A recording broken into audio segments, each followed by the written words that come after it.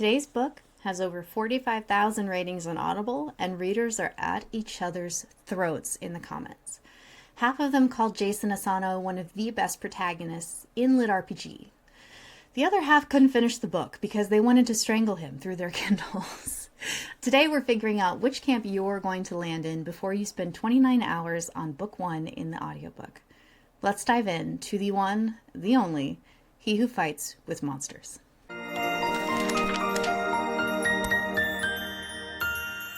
Now, if you want honest breakdowns of what readers actually think, not just the hype, hit subscribe. I research these books so you don't have to buy something you'll hate. In case you're new to the channel, this is a first look. My name is Boyce, and first looks are where I do hours of research and break down reader reactions to help you and me both decide if a book deserves to be on our TBR. Here's a keynote to remember. I haven't read this yet. That's why it's called a first look. I might make mistakes, and I welcome your feedback in the comments if you notice that I did anything wrong. Are you ready for this? Because I sure am. Let's go. Now let's start with the high-level overview. This is book 1 of a 12-book series, and the series is still ongoing. It's a LitRPG and progression fantasy series with isekai and cultivation elements. It has a very high rating on Amazon from over 21,000 reviews. The key tropes are portal fantasy, weak to strong progression, found family, and a snarky protagonist with powers that look straight up evil. So here's the pitch. Jason Asano is an Australian guy who goes to bed in Melbourne and wakes up butt-ass naked in a hedge maze in another world. His first encounter? A cannibal, trying to eat him. Welcome to the new world. Now, Jason's personality is the single most divisive thing about this series. I'll tell you exactly what drives people crazy when we get into what readers are saying. For now, let's look at the concept. Here's what's happening. Jason gets pulled through a botched summoning ritual into a magical world called Palimustus. Yes, he was summoned by accident. His original body died in the process, and he's been reconstituted as an outworlder, which is basically a being made entirely of magic with built-in survival perks. Which is different. He can understand any language. He has RPG-style game mechanics baked into him. Stats and inventory, quests, a map, and an identify ability. Think of video game HUD, but it's his actual reality now. The catch? His powers look villainous. Blood magic. Darkness. He's basically built to be a fantasy supervillain, except he's trying to be the hero. So he's walking around with demonic nightmare powers while everyone side-eyes him like he's about to start a cult. The world runs on a ranking system. Iron, bronze, silver, gold, and diamond that determines both your combat power and your social status. Jason starts at the bottom. Way at the bottom. He has to earn his way up through training, strategy, and sheer audacity. What makes this work is the clash between who Jason is and the world he landed in. He's a laid-back, smart-ass Australian who refuses to take anything seriously, dropped into a high fantasy world that takes everything seriously. That friction is the engine of the entire series. So before we continue, I want to know, does this sound like your kind of chaos? Drop a comment. I want to know if you are already hooked or if you're backing away slowly. Either way, let me know. Okay, now here's what the hype does not tell you. This isn't just a power fantasy. The author, Shirley, has cited Terry Pratchett and Douglas Adams as influences, and you feel that in the story. There's a real absurdist humor here. Jason explains the Karate Kid to wizards. He makes pop culture references while fighting for his life. The chapter titles alone make people laugh out loud. But underneath his jokes, this is a story about a guy coping with losing everything. His home, his world, hell, his body. The snark isn't just personality, it's armor. Jason deflects with humor because the alternative is breaking down.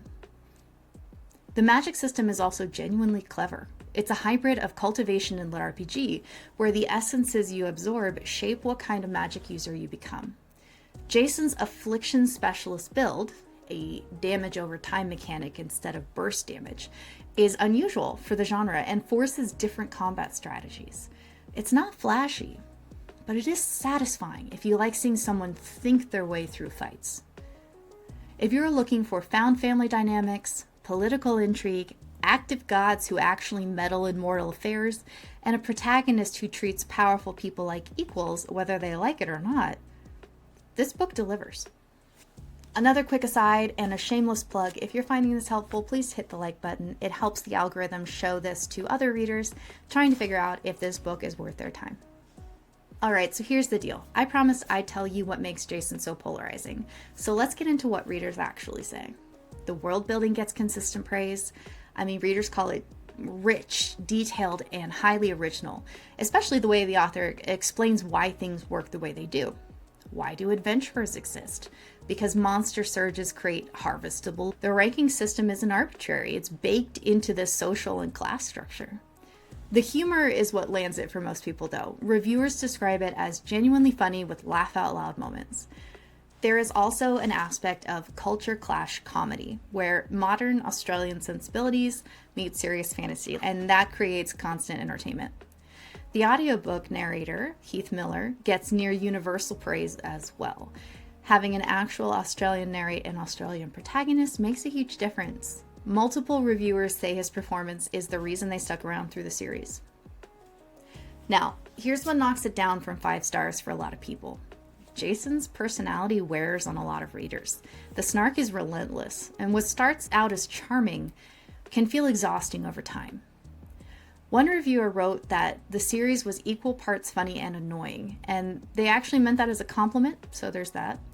But here's the big one. A lot of people cannot handle the political commentary. Jason has strong opinions about class, religion, and nobility, and he shares them. A lot. Multiple reviewers describe it as preachy and repetitive. The philosophy itself isn't controversial, and classism is bad, power corrupts, standard stuff. But Jason harps on these themes to the point where some readers feel that they're being lectured to. The 2-star reviews amplify this. Words like soapboxing come up a lot, and holier than thou come up repeatedly. Some readers feel like other characters become passive listeners while Jason monologues. So here's the verdict from readers. If you can skim past the occasional lecture and enjoy the humor, you're likely going to love this book. If you need consistent pacing and subtle characterization, you're going to bounce hard. I'm sorry, that's just it. The gap between fans and dropouts often comes down to tolerance thresholds for the main character. Okay, I want to know which side you're on. Does a snarky protagonist sound amazing, or does lecturing about class inequality make you want to run? All right, so here's the bottom line. Who's going to love this? If you enjoy Dungeon Crawler Carl or Cradle and you want more in that space, I think you should sit down and grab this one. If you like snarky protagonists who refuse to be intimidated, I'm talking Deadpool, Harry Dresden, that kind of thing, Jason will probably work really well for you. And if weak to strong progression where the MC earns power through strategy scratches your itch, I also think this is really going to deliver for you.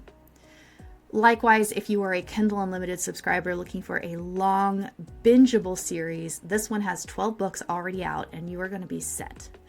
And again, if you're an audiobook listener, Heath Miller's narration is repeatedly cited as one of the best in the genre, so you're not going to be disappointed. Now, who should skip it? If relentless snark exhausts you, proceed with caution. If you want pure escapism without social commentary, this is not your thing. If you need tight pacing with no filler, the web serial origins kind of show in places. And if you prefer polished, heavily edited prose, some grammatical rough patches apparently still remain. As an aside, I find that a little hard to believe because of Travis's background as a classically trained writer.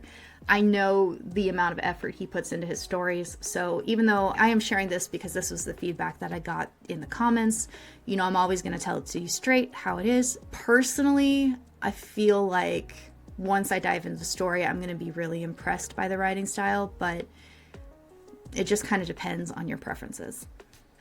I also got to say that if evil-looking powers bother you aesthetically, blood magic, darkness, decay, etc., Jason's build might not be for you. Now, who's the target audience? This is for LitRPG and progression fantasy readers. I would gather between ages 18 and 45 who like their protagonist mouthy and their power system strategic. If you want a massive series you can sink into with genuine humor and heart underneath the snark, I think this is your book. So, where can you get it? I'm going to link to everything in the description box below. My affiliate links might still be active. I need to check it. So I get like 25 cents if you buy something. No pressure. This is available on Kindle, Kindle Unlimited, Paperback, and Audible. The audiobook is nearly 29 hours, so clear your schedule. Now, I want to know, have you read He Who Fights with Monsters? Are you Team Jason or Team I wanted to throw my Kindle at the wall? Comment below. I genuinely want to know. And if this video helped you decide whether or not to read, either way, please hit subscribe. I post new book breakdowns regularly.